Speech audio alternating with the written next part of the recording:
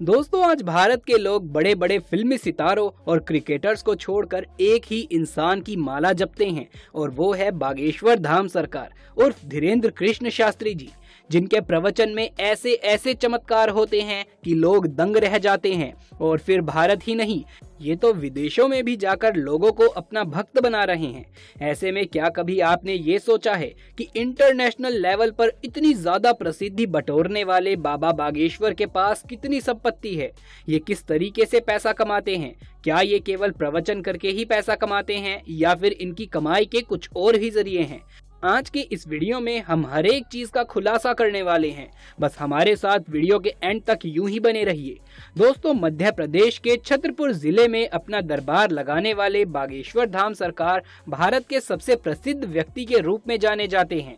26 वर्ष की उम्र में ये नौजवान लोगों को अपना मुरीद बनाते चले जा रहा है। इनका प्रवचन सुनने और इनके दरबार में अर्जी लगाने के लिए लोग मीलों दूर से चलकर आते हैं।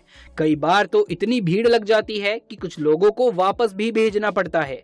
4 जुलाई 1996 को मध्य प्रदेश के छतरपुर जिले में जन्म लेने वाले धीरेन्द्र कृष्ण शास्त्री जी का जन्म बहुत ही साधारण परिवार में हुआ था। बस फर्क सिर्फ इतना है कि इनके दादाजी भी एक धार्मिक गुरु थे, जो कि हनुमान जी के बहुत बड़े भक्त थे। लेकिन धीरेन्द्र कृष्ण शास्त्री जी आज जैसे दिखते हैं, पहले ये वैसे बिल्कुल भी नहीं थे।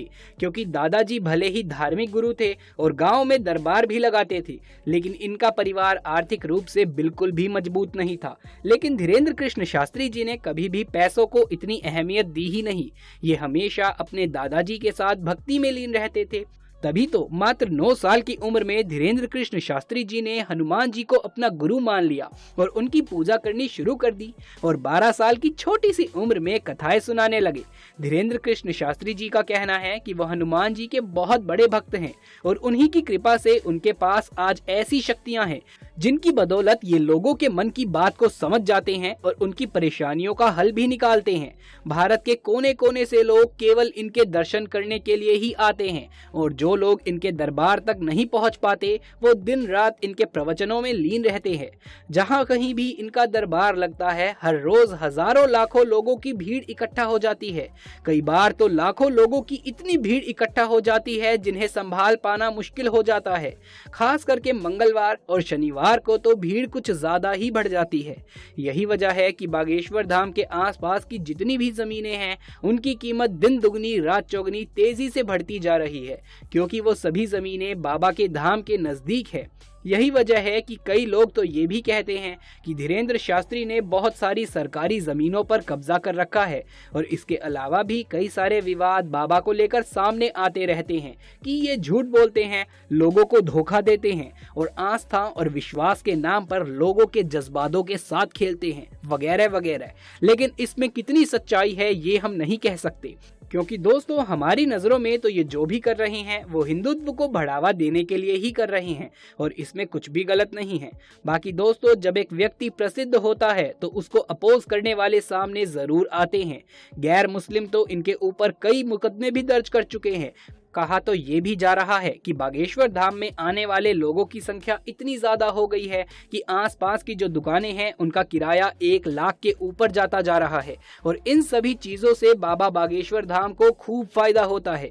इसीलिए तो कई सारे लोग ये दावा करते हैं कि बाबा बागेश्वर धाम सरकार की कुल संपत्ति 20 करोड़ से भी ज्यादा है और ये भी हो सकता है कि इनके पास इससे भी ज्यादा की संपत्ति हो, जिसका सबसे बड़ा कारण इनके भक्तों की बढ़ती हुई तादाद है। हालांकि बागेश्वर बाबा का असली काम तो कथा वाचन करना ही है, जहां ये अपने दरबार में आए हुए लोगों को रामायण और महाभारत की कथाएं सुनाकर ईश्वर के प्रति उनके प्यार और विश्वास को बढ़ाते हैं। धीरेन्द्र शास्त्री जी विदेशों तक में जाकर कथा सुना चुके हैं और अपने शब्दों का जादू बिखेर चुके हैं। कहते हैं कि जो कोई भी एक बार धीरेन्द्र शास्त्री जी की कथा सुन लेता है वो बार बार इनके धाम पहुंच जाता है, क्योंकि उनकी बातों में झलकती भक्ति और ईश्वर के लिए प्यार लोगों को अपनी तरफ आकर्षित करता है। अब जाहिर सी बात है कि इस समय धीरेन्द्र शास्त्री जी भारत के सबसे लोकप्रिय व्यक्ति बने हुए हैं और सफलता के बिल्कुल शिखर पर पहुंच गए हैं। तभी तो आए दिन धीरेन्द्र कृष्ण शास्त्री जी की कोई ना कोई वीडियो यूट्यूब पर ट्रेंडिंग पेज पर आ ही जाती है। लोग इनकी वायरल वीडियो को खूब पसंद करते हैं लेकिन वो कहते हैं ना कि जितना इंसान सफल होता चला जाता है, उससे नफरत करने वालों की तादाद भी उतनी ही ज्यादा बढ़ती चली जाती है। और ऐसा ही बागेश्वर बाबा के साथ भी हुआ, तभी तो इनकी सिक्योरिटी बढ़ा दी गई है। कई सारे सिक्योरिटी गार्ड हर वक्त इनके आसपास मौजूद रहते हैं ताकि इन्हें कोई नुकसान ना पहुंचा सके। वैसे अगर बाबा की संपत्ति के बारे में बात करें तो दोस्तों, धीरेंद्र कृष्ण शास्त्री जी भगवान की भक्ति के अलावा और कुछ पसंद नहीं करते, लेकिन फिर भी एक सम्मानित व्यक्ति होने के नाते इनके पास अच्छी खासी संपत्ति, जैसे कि टोयोटा की एसयूवी फॉर्च्यूनर कार, जिस पर सवारी करना बाबा को बड़ा पसंद है। हालांकि कहा जाता है कि इसके अलावा भी इनके पास कई और गाड़ियां हैं, जैसे कि टाटा सफारी, इनोवा वगैरह, जिसमें सफर करते ये अक्सर दिखाई देते हैं। और अब तो धीरेंद्र कृष्ण शास्त्री जी इतना बड़ा नाम बन गए हैं कि इनकी सिक्योरिटी के लिए पुलिस की गाड़ियां भी हर वक्त इनके आगे पीछे चला करती हैं। दोस्तों, घर की बात की जाए तो बचपन में धीरेंद्र कृष्ण शास्त्री जी काफी छोटे घर में रहते थे और वो घर कच्चा भी था। उसी कच्चे मकान में इन्होंने अपना पूरा जीवन बिता दिया, लेकिन अब इनका मकान पूरे तरीके से पक्का हो चुका है। पर जब आप इनके घर को देखेंगे तो वो किसी साधारण इंसान का ही घर लगता है। ये किसी महलों जैसे घर में नहीं रहते। धीरेंद्र कृष्ण शास्त्री जी ने अपने गांव में ही साधारणतः 2 मंजिला मकान बनवाया था, जिसे देखकर ऐसा बिल्कुल भी प्रतीत नहीं होता कि ये भारत के सबसे प्रसिद्ध इंसान का घर है, जिसके दरबार में बड़े बड़े सेलिब्रिटीज दर्शन करने के लिए आते हैं। कुछ लोग तो भगवान की भक्ति में लीन होकर नाच गाना भी कर जाते हैं। असल में बागेश्वर बाबा का कहना है कि दिन का आधे से ज्यादा समय तो वो प्रवचन देने में ही बिता देते हैं। उनके पास घर जाने का समय ही नहीं होता। जब घर जाते हैं तो उन्हें गांव में अपना छोटा सा साधारण घर ही पसंद है। वो किसी आलीशान महल में नहीं रहना चाहते। वैसे एक बात तो माननी पड़ेगी दोस्तों कि धीरेंद्र कृष्ण शास्त्री जी को भारत का सबसे लोकप्रिय कथावाचक बनने में बहुत मेहनत लगी है, क्योंकि जिस छोटी सी उम्र में बच्चे खिलौनों के साथ खेलते हैं, उसी छोटी सी उम्र में ये भगवान की भक्ति में लीन होकर कथाएं सुनाया करते थे और आज तक ये उसी काम में लगे हुए हैं, जो सचमुच में ये दर्शाता है कि धीरेंद्र कृष्ण शास्त्री जी बालाजी महाराज यानी कि हनुमान जी के सच्चे भक्त हैं।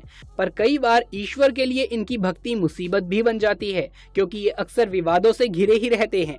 गैर हिंदू तो इनके ऊपर कई सारे मुकदमे भी दर्ज करवा चुके हैं। यहाँ तक कि बागेश्वर धाम के आसपास की जो जमीनें हैं, उसे कब्जा करने का आरोप भी धीरेंद्र कृष्ण शास्त्री जी के ऊपर लगा हुआ है। कहा जा रहा है कि बाबा बागेश्वर धाम सरकार ने अपने धाम के आसपास की सारी जमीनों पर कब्जा कर रखा है।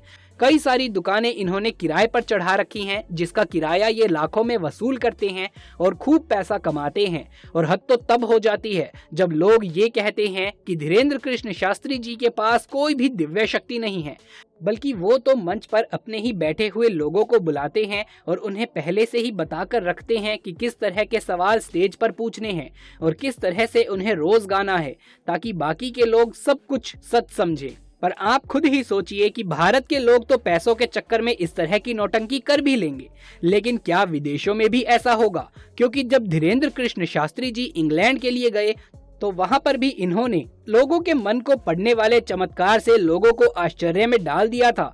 और ऐसे कई सारे वीडियो आप इंटरनेट पर देखेंगे जहां पर धीरेंद्र कृष्ण शास्त्री जी मीडिया को खुला चैलेंज करते हैं कि आप दरबार में बैठे हुए किसी भी इंसान को बुलाइए, मैं उसके सवाल को बता दूंगा। यहाँ तक कि एक बार तो इन्होंने सवाल को पहले से ही लिख कर रख लिया था। जब रिपोर्टर महिला ने दरबार में बैठे अपने पसंद के एक व्यक्ति को बुलाया तो पता चला कि बागेश्वर बाबा ने जो सवाल लिखे थे वो उसी व्यक्ति के थे।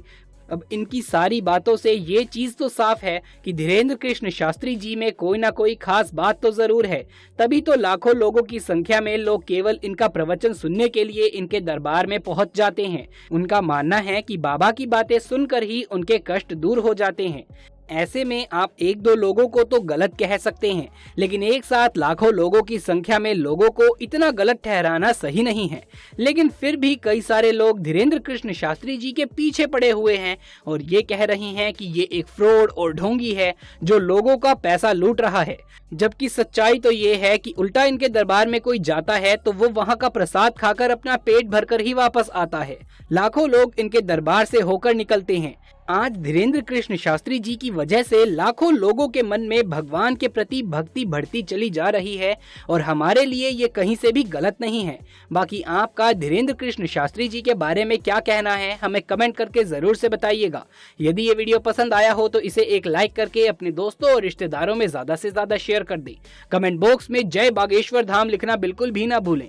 आगे की ऐसे वीडियोस देखते रहने के लिए चैनल को सब्सक्राइब करके पास वाले बेल आइकन को दबा लीजिए। जल्द मुलाकात होगी आपसे किसी अगली वीडियो में, तब तक के लिए आप सभी का धन्यवाद।